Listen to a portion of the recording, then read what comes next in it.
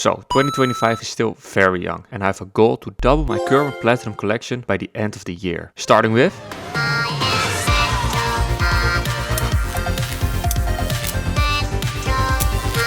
Astrobot came out on the 6th of September, and with all the praise it got, it even won Game of the Year. It was so good that some even call it the best platformer yet. Is this really true, or is it just another Mario wannabe? Let's find out, shall we? Ladies and gentlemen, my name is Tefno, and that's all you need to know. Let's dive into Astrobot. The game starts out with our magnificent PS5 torn to shreds.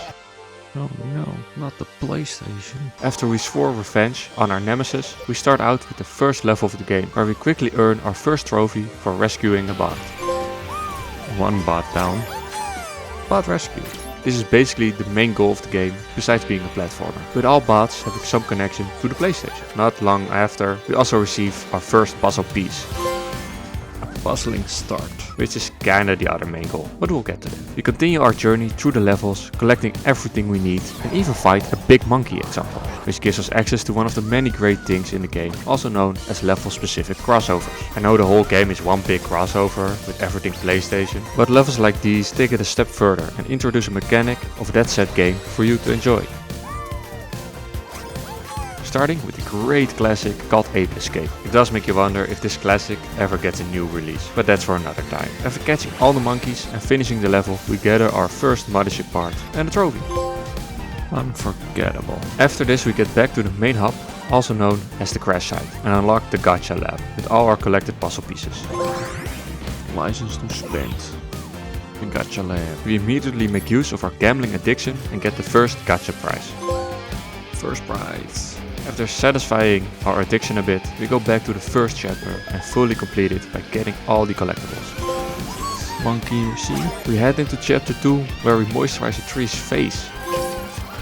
What's he saying? Oh well, we grab some worms by the throat. Double dig in. We beat up an octopus and unlock my favorite level of the game, the God of War crossover. Yeah, I'm a God of War fan, judge me for it. At the end of it, we collect yet another mothership part. Solid performance. And head back to the crash site, where we unlock the speeder garage. Splash my dash. Which basically allows us to give our controller ship a neat little color. We head back to complete chapter 2 fully. Tentacular spectacular. And back onto the crash site to collect some bots and puzzle pieces there. Time for a change. And we knocked the bot out of a bot tower while it kept standing. Keep it together. We head into chapter 3 where the difficulty truly unfolds. This happens in the form of a lost void, where 4 challenges appear on the map in each chapter which have no checkpoints. Some are very easy. Oh my game motherfuckers. And sometimes you get humbled. Oh fuck. Oh fuck, you know. A little later we use the slow-mo mechanic to abuse our gambling addiction once again and get 4 prizes for a bot and a trophy. Time to cash in. It ain't an addiction if you're winning. Oh. We beat up a snake and started working together with Nathan Drake. During this level I found out that all these crossover levels, excluding one, have a trophy connected to them. This level has you collect 3 eggs for a trophy. Lost Legacy. After breaking a few eggs, we complete the level and collect the GPU of the mothership. Doing it for you. This takes us back to the crash site, where we unlock the safari party. Animal attraction. Before we enter there though, we fully complete chapter 3. Thanks very much. We then head into the safari park, which is nothing really special to be honest. We do however unlock the camera there, which if you take a photo with it, we get a trophy.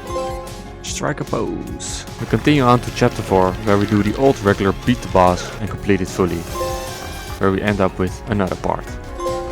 Keep it cool. During all these adventures, there's also a little thing called Lost Galaxies, which are secret levels within levels. Completing all of those fully results in a trophy in the end. Go trophy.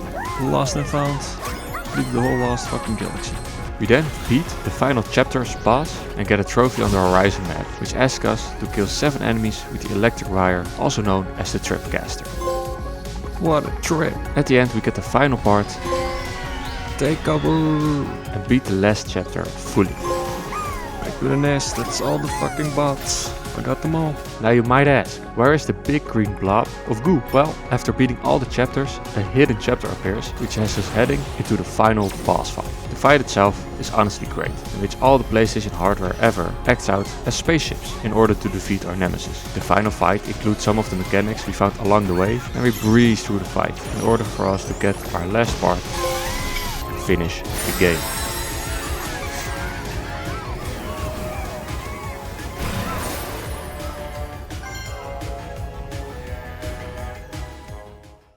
We gathered our final puzzle piece, which unlocked the golden statue.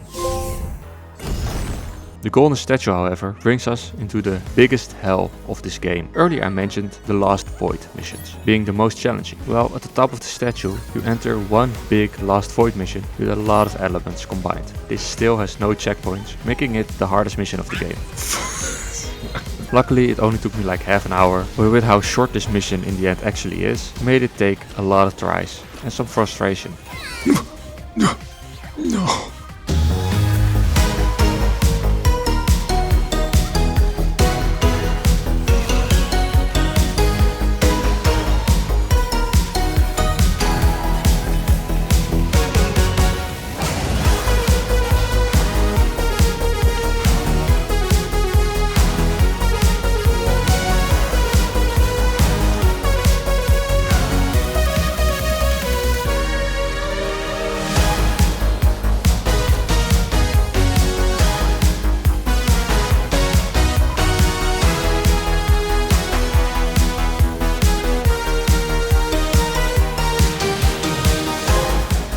The golden bot. Jesus Christ. With almost everything done, we hunted the level specific trophies, starting with Ape Escape, where we have to catch a golden butterfly. Net profit. We then head into God of War to kill one of the last of Odin's, his ravens. There we go. We leap through a ring. I'm a dolphin. And hit a successful dunk. Slam dunk. According to the trophy, of course. We head back into the crash site, where we dance with everybody. We climb our holy console. I watched a little concert. And make bots break their legs. Wallbuster. Then there were a few trophies where you have to get an item for a certain bot and do something special.